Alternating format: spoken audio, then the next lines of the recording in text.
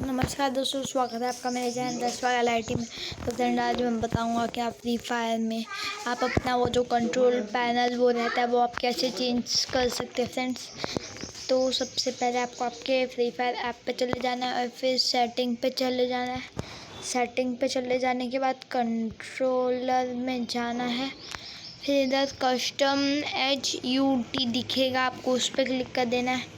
वैसे आपकी मर्जी, आपको इसको सेट कर देना है। फ्रेंड मुझे बड़ा ही चाहिए फ्रेंड, इसलिए मैं इसको बड़ा रखता हूँ।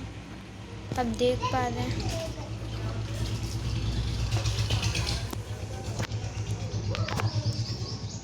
आप साइज़ भी चेंज कर सकते हो, बहुत सारी चीज़ें। एंड फिर मैं मेरा सूटेबल चीज़ चूज़ करता हूँ इधर से।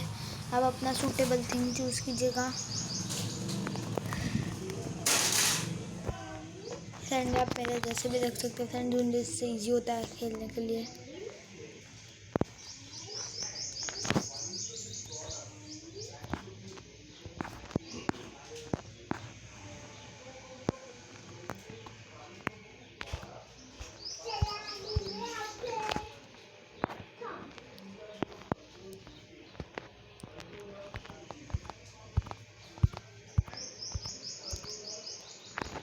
फ्रेंड्स आप देख पा रहे हैं कि कैसे बहुत अच्छे से सेट हो चुका है।